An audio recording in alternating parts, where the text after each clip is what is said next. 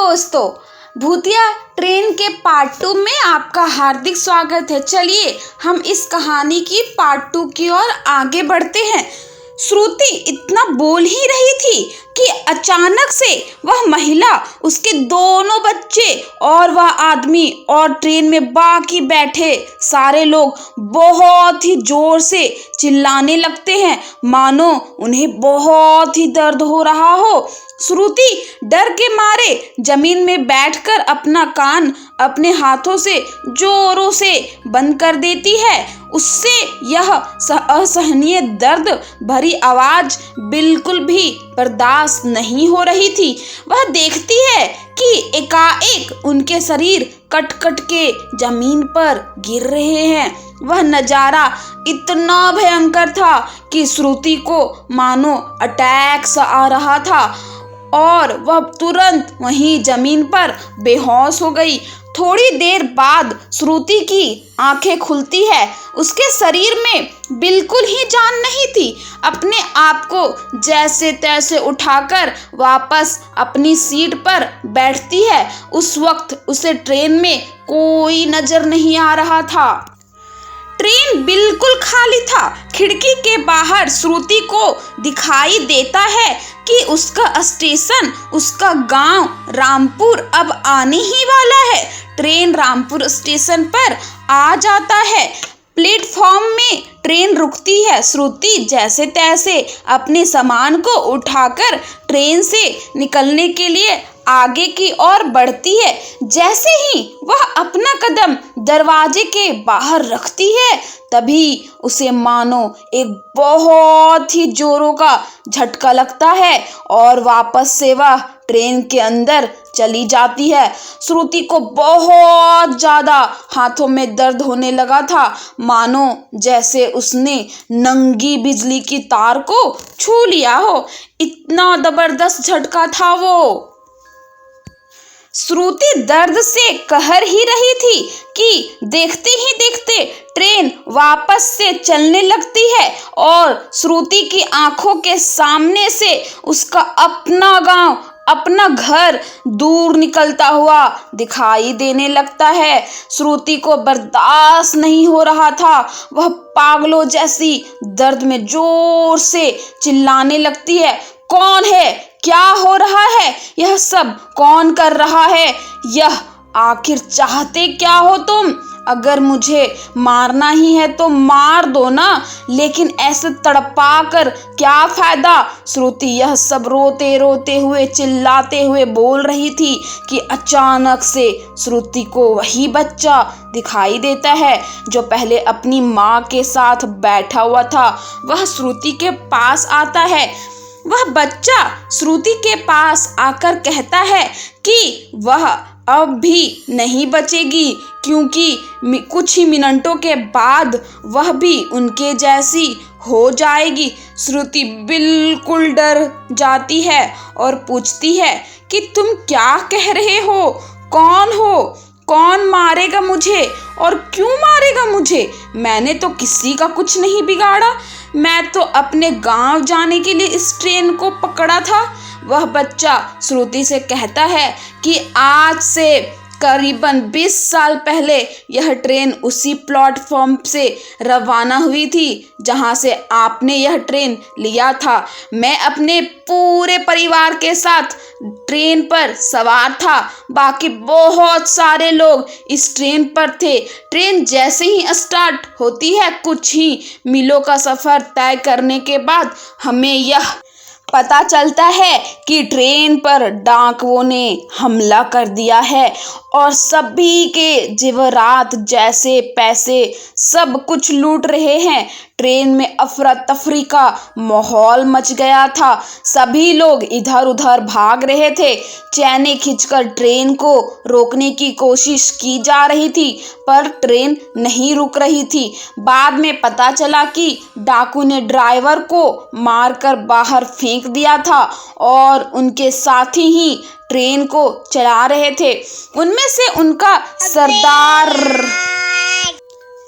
उनमें से उनका सरदार भीमसेन, जो कि बहुत ही बदमाश और बहुत ही क्रूर आदमी था, उसने सभी लोगों के गहने, यहाँ तक उनकी जरूरत की चीजें, पैसे, सभी कुछ लूट लिए थे। गहने तो लूटे ही थे और आपने साथियों के साथ मिलकर अपनी तस्वीरों से भी सभी लोगों को काटते और मारते जा रहे थे। उसने बड़ी निर्दयता से साथ सभी की हत्या कर दी थी, बच्चों तक को नहीं छोड़ा। सभी कोई चीखते चिल्लाते रहे और किसी के भी जान को बख्शा नहीं उन लोगों ने। पर ट्रेन में तकनीकी खराबी होने के कारण ट्रेन का इंजन बिगड़ गया था। लाख कोशिश के बावजूद भी ट्रेन नहीं रुक रही थी और जाकर झीलमती नदी में गिर गई। यह नदी रामपुर से बस कुछ ही मीटर की दूरी पर था। देखते ही देखते पूरे ट्रेन ने जल समाधि ले ली थी। उन डाकुओं का इरादा पूरी ट्रेन लूटने का था, क्योंकि उन्होंने इस बोगी से शुरुआत की थी। इस बोगी के लोगों को तो वह पहले ही मार चुके थे और बाकी यात्री जो बाकी लोगों और बाकी बोगी में बचे हुए थे, उनकी भी जान इस नदी में डूबने के कारण हो गई थी। आपने जिस स्टेशन पर रुककर इस ट्रेन का आने का इंतजार किया था, दरअसल यह ट्रेन सिर्फ उन्हीं लोगों को दिखाई देती है जो रामपुर जाने के लिए उठते हैं। यह ट्रेन किसी को नहीं दिखाई देती सिवाय रामपुर वाले यात्रियों को। यह उन पर एक यात्रियों का जान से मार देते हैं जिनकी मंजिल रामपुर गांव होती है। आपने जिस उल्टे पैरों को आते हुए देखा था, वह और कोई नहीं, उनका सरदार भीमसेन ही था, जो आप भी आज भी हमें मार रहा है। वह आज भी सभी को मारता है। उसकी आत्मा को मुक्ति नहीं मिली, साथ ही साथ हमारी आत्मा भी आज तक भटक ही रही है। यह सब सुनकर मानो श्रुति को सांप सा सूंघ गया हो। उसे अपनी मौत अब अपने सामने दिखाई दे रही थी। उसे कुछ समझ नहीं आ रहा था कि वह क्या करे। वह उस बच्चे से पूछती है, क्या इस चीजों का वह क्या करे। वह उस बच्चे से पूछती है, वह इस बच्चे से बार बार यही चीज पूछती है कि क्या कोई इसका हल नहीं है, क्या इस चीज को रोका नहीं जा सकता। उस बच्चे ने नाम में सिर हिलाया और देखते ही देखते श्रुति की आंखों के सामने से ओंझल हो गया। श्रुति अब बहुत ज्यादा घबरा गई थी। उसे कुछ समझ नहीं आ रहा था। सोचने समझने की शक्ति तो पहले ही खो चुकी थी। वह एक भूत बनकर एक सीट पर जाकर बैठ जाती है और अपने माता पिता को याद करने लगती है। श्रुति का मोबाइल फोन ट्रेन में आने के बाद से ही स्विच ऑफ हो गया था। लाख ऑफ ऑन करने के बावजूद भी ऑन नहीं हुआ था। श्रुति काफी मायूस हो चुकी थी। इस वक्त उसे लगा था शायद उसका फोन खराब हो गया है। वह वापस अपने फोन को स्टार्ट करने का ट्राई करती है, पर फोन ऑन ही नहीं हो रहा था। उसने जोरों से फोन को पटककर अपने नजरों से दूर कर दिया। अचानक से उसका ध्यान अपनी बैग की तरफ जाता है और उसे याद आता है कि घर से निकलते वक्त उसने अपने बैग ऑफ में अपने सभी ज़रूरती की चीज़ें को ध्यान से रख दिया था और साथ ही साथ उसने एक साफ बस्ते में गीता रखी थी जो कि वह हर रोज पढ़ा करती थी। श्रुति को मानो एक उम्मीद की किरण नजर आई। उसने जल्दी से अपने बैग को खोला और इस बस्ते से गीता को बाहर निकाला और उसे अपने सर से लगाकर प्रणाम करने लगी। वह ईश्वर से प्रार्थना करने लगी थी वह अब वही उसे बचाए और वही उसे रास्ता भी दिखाए। वह अपने हाथ में गीता लिए आस्ते आस्ते आगे की ओर तरफ बढ़ने लगती है। कुछ कुछ कदम चलने के बाद श्रुति को अब साफ साफ दिखाई दे रहा था कि ट्रेन में अब काफी भीड़ हो चुकी थी। सभी मरे लोग श्रुति को एकाएक ताके जा रहे थे। श्रुति उनके नजरों से बचते हुए आगे की तरफ बढ़ती जा रही थी। ना जाने ऐसा क्या हुआ कि श्रुति जैसे जैसे अपने कदम बढ़ा रही थी वैसे वैसे ही ट्रेन के अंदर रास्ता बनते जा रहा था। आगे बढ़ते बढ़ते श्रुति एक जगह पर जा पहुंची जाती है जहां ट्रेन का इंजन था। वह देखती है कि वह डाकू भीमसेन बड़े ही गुस्से से श्रुति को देख रहा था। वह उस इंसान के बिल्कुल ही करीब जा खड़ा था। उसके हाथों में एक बड़ी सी तलवार थी, मानो वह अब तलवार चलाकर श्रुति का गला काटने ही वाला था। वह बड़े ही भयंकर स्वर में श्रुति से कहता है, ए लड़की, तेरी इतनी हिम्मत, तू मेरे सामने इस किताब के जरिए लड़ेगी? चल फेंक इसे, नहीं तो मैं तेरा गला यहीं काट कर रख दूंगा। श्रुति काफी डर रही थी, पर उसे एक बात का अंदेशा हो गया था। मानो या ना मानो, वह डाकू पवित्र गीता को किताब को देखकर घबरा रहा था, डर रहा था, मानो उसे कुछ घबराहट सी हो रही थी। इस बात का फायदा उठाते हुए श्रुति दबदबाते हुए स्वर से कहती है, भीमसेन, तुम्हारी क्रूरता का कारण कई निर्दोषों की जान कई बेहतर यही होगा कि तुम यहाँ से चले जाओ, वरना ईश्वर तुम्हें कभी नहीं माफ करेंगे। वह तुम्हें नरक की अग्नि में ढकेल देंगे। यह सुनते ही मानो भीमसेन के बदन में आग लग जाती है और वह बड़े ही भयानक आवाज में चिल्लाने लगता है। उसकी आवाज से सारा ट्रेन गूंज उठा था। श्रुति डर के मारे थर थर थर थर कांप रही थी, पर साथ ही साथ वह अपने भगवान गीता को जोर से अपने बाजुओं में पकड़े हुए थी। वह गीता खोलती है और उसमें से एक अध्याय को पढ़ने लगती है। उसके उस अध्याय के पाठ करने से भीमसेन मानो पागल हो रहा था और जोर जोर से चिल्ला रहा था।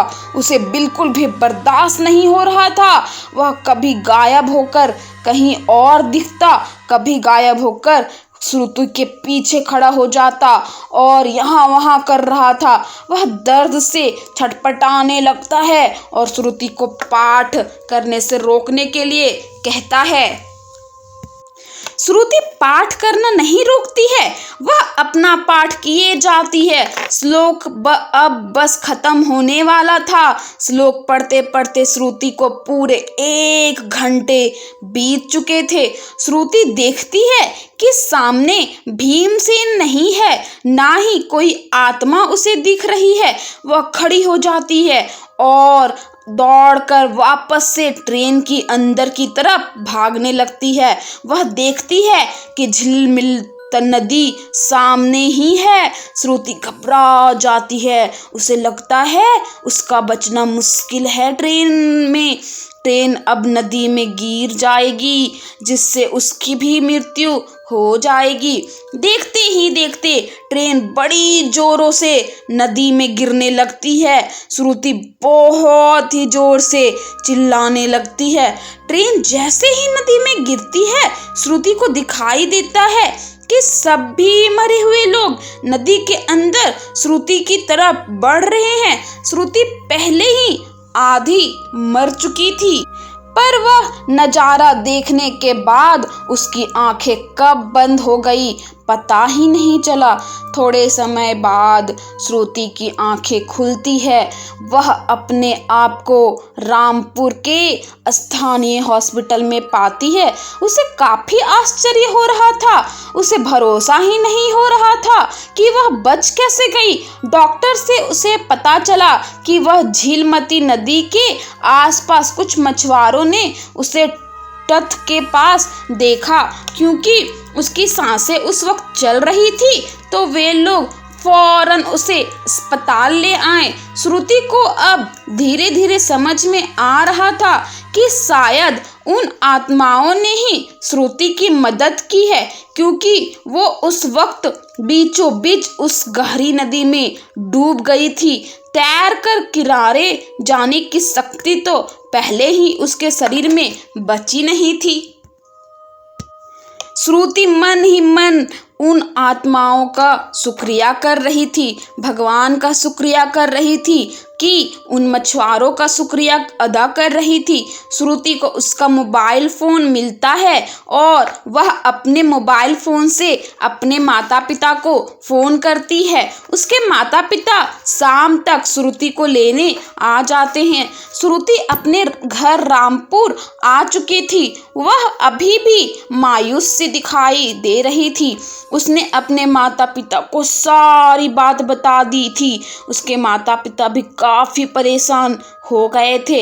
इन सब बातों को सुनकर वह श्रुति को दिलासा दिए जा रहे थे कि अब कुछ भी उसके साथ ऐसा नहीं होगा और सब कुछ ठीक हो जाएगा। वह उन सब बातों को भूल जाए। वे घर में अच्छे से पूजा पाठ करवा देंगे, सब कुछ ठीक हो जाएगा। रामपुर में कुछ दिन रहने के बाद श्रुति तय करती है कि वापस वह उसी स्टेशन रविपुर पर दोबारा जाएगी। वह देखना चाहती है कि उसे वापस से वह ट्रेन दिखती है कि नहीं। उसने अपने माता पिता को कुछ नहीं बतलाया और चुपचाप ट्रेन पकड़कर रविपुर स्टेशन के लिए चली गई। स्टेशन पर जाकर वह बैठ जाती है और वहां से रामपुर का टिकट काटती है। वह देखती है कि वापस से वही वृद्ध महिला जिसने उस दिन श्रुति को चाय पिलाई थी, वही श्रुति के पास आती है और कहती है, बेटा अब ट्रेन यहाँ नहीं आएगी। श्रुति आश्चर्यचकित हो जाती है। उसे समझ में नहीं आ रहा था कि वह कैसे जानती है कि वह उसी ट्रेन के सिलसिले में आई हुई है। श्रुति बड़े कौतूहल नजर से उस वृद्ध महिला की तरफ देखती है। वह वृद्ध महिला श्रुति की तरफ एक प्यारी सी मुस्कान देते हुए कहती है कि बेटी, उन डाकुओं ने मुझे भी मार डाला था। मेरी भी आत्मा इसी प्लेटफॉर्म पर भटकती रहती थी, पर तुम्हारे कारण वे सभी आत्मा और मैं भी मुक्त हो चुकी हूँ। वह ट्रेन अब किसी को तंग नहीं करेगी, ना ही वह डाकू। तुमने उस रोज गीता का पाठ कर उस बुरी आत्मा को ट्रेन से भगा दिया था और साथ ही साथ उस ट्रेन में तुमने अपने पवित्र गीता को छोड़ भी दिया, जिसके प्रभाव से ट्रेन की सारी आत्मा मुक्त हो गई थी। मुझे भी उन लोगों ने जान से मारकर उसी प्लेटफॉर्म पर फेंक दिया था। मैं यहाँ बरसों से काम कर रही थी। मैंने उन्हें उस ट्रेन पर चढ़ते हुए देख लिया था और इसीलिए मैंने उन्हें रोकना भी चाहा, पर उन्होंने उसी वक्त मुझे जान से मार दिया था। पर मैं अब बहुत खुश हूँ। अब बुरी आत्मा उस ट्रेन को छोड़कर चली गई है। सारे लोग मुक्त हो चुके हैं। मुझे भी मुक्ति मिल गई है। यह बोलते हुए वह वृद्ध महिला श्रुति की आंखों के सामने से गायब हो जाती है। इस बार श्रुति को जरा सा भी भय नहीं लगा। वह इस बात से बहुत खुश थी कि सारे लोगों को मुक्ति मिल चुकी है। रामपुर जाने वाले ट्रेन प्लेटफॉर्म पर आ चुकी थी और इस बार यह कोई भूतिया ट्रेन नहीं बल्कि एक साधारण ट्रेन थी। श्रुति इस ट्रेन पर जाकर बैठ जाती है और अपने गांव की तरफ बढ़ जाती है। तो दोस्तों, कहानी समाप्त होती है यहीं। आप सभी को बहुत शुक्रिया इसे सुनने के लिए। आपको ये कहानी कैसी लगी हमें कमेंट करके ज़रूर बताएं।